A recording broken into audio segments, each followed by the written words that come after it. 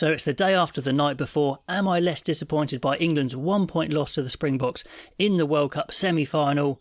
Well, no. No, I'm not. But life does go on. Let's have a look at England's player ratings, talk about the game through that prism.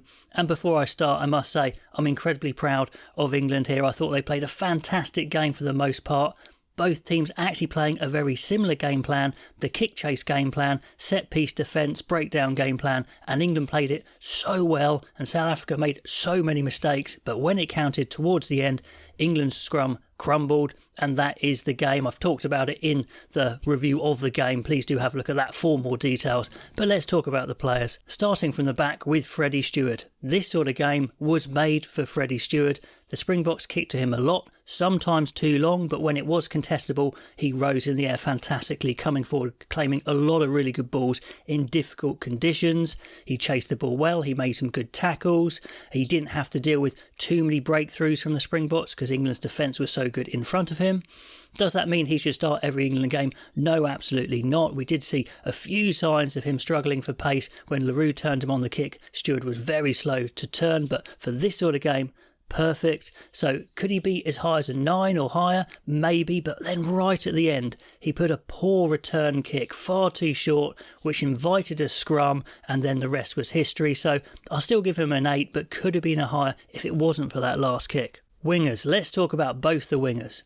If you were to watch this game and you didn't know what a winger did, you'd just think they chased kicks all day long and made a few tackles, because that's what Johnny May and Daly were told to do, and that's what they're good at. I said in the last game, that's literally all they were doing.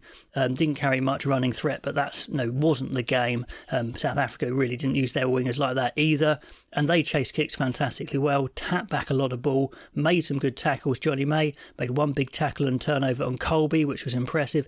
Daly chased a lot of ball as well, disrupted.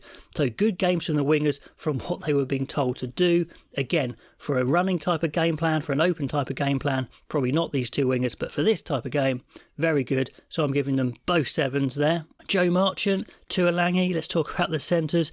Not really a game for the centres. Make some tackles, don't make any mistakes. I think, in some ways they were both a bit quiet, but there wasn't a lot of running phases to get into the game.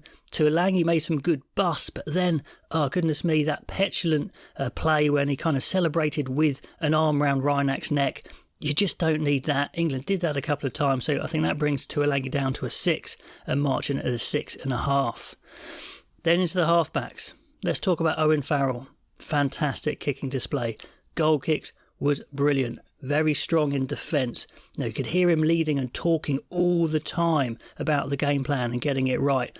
But then he did lose his head a little bit as well, chatting too much to the referee. And often, I said in the review, it's not what he says, it's the way he says it. It kind of gets in your head. It's whiny, it's petulant. And it just got too much for the referee. And I think the referee maybe made a few decisions towards the end against England, close ones. He marched Farrell back 10 for one of those, so could have been a 9 for Farrell. I think it takes it back to an 8, but you've got to say his kicking was amazing. That drop goal was phenomenal. So an 8 for Farrell. Alex Mitchell, what we wanted from him was confidence, and he's grown into this game, into this World Cup, considering he wasn't even picked, which kind of shows what sort of impact he's had. His box kicks were brilliant. I said his kicking was good in the quarterfinal against Fiji. People disagreed, but I thought his kicking was absolutely on it here. Loads of distance. They wanted to get the ball off the park a lot. Actually, his kicking from hand was better than Farrell's. Farrell's kicking from hand at times wasn't the greatest. Missed a few tackles, yes, but he looked confident. He didn't make any big mistakes. He was making good decisions, talking well, clearing up the ball well.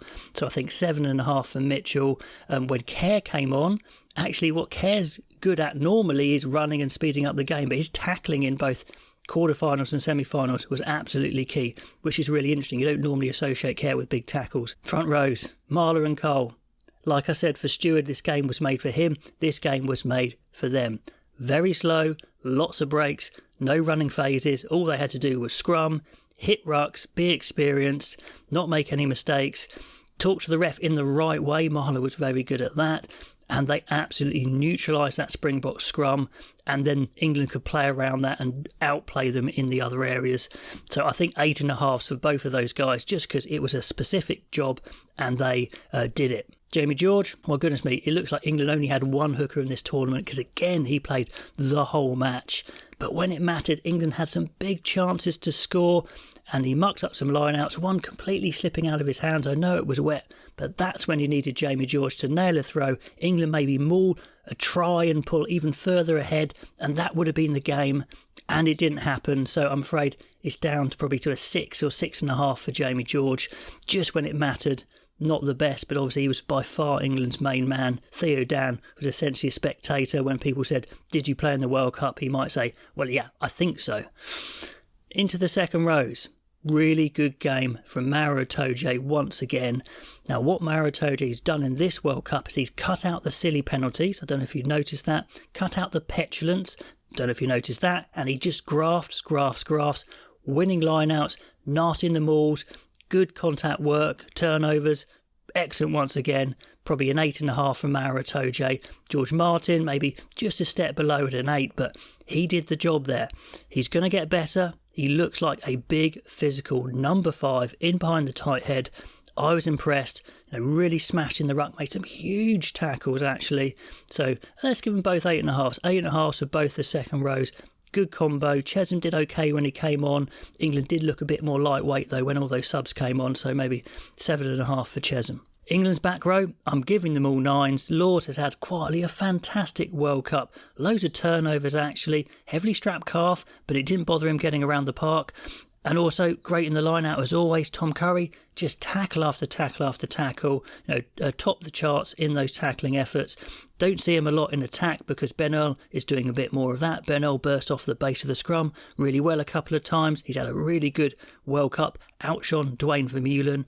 And when Tom Curry went off with 10 minutes to go, things fell apart a bit. Billy V coming on was a really poor replacement, made a load of mistakes, so slow around the park. Not sure why he was selected in the squad, to be honest. And in this game, I had gone for Lewis Ludlam. I think he would have been a much better back row replacement.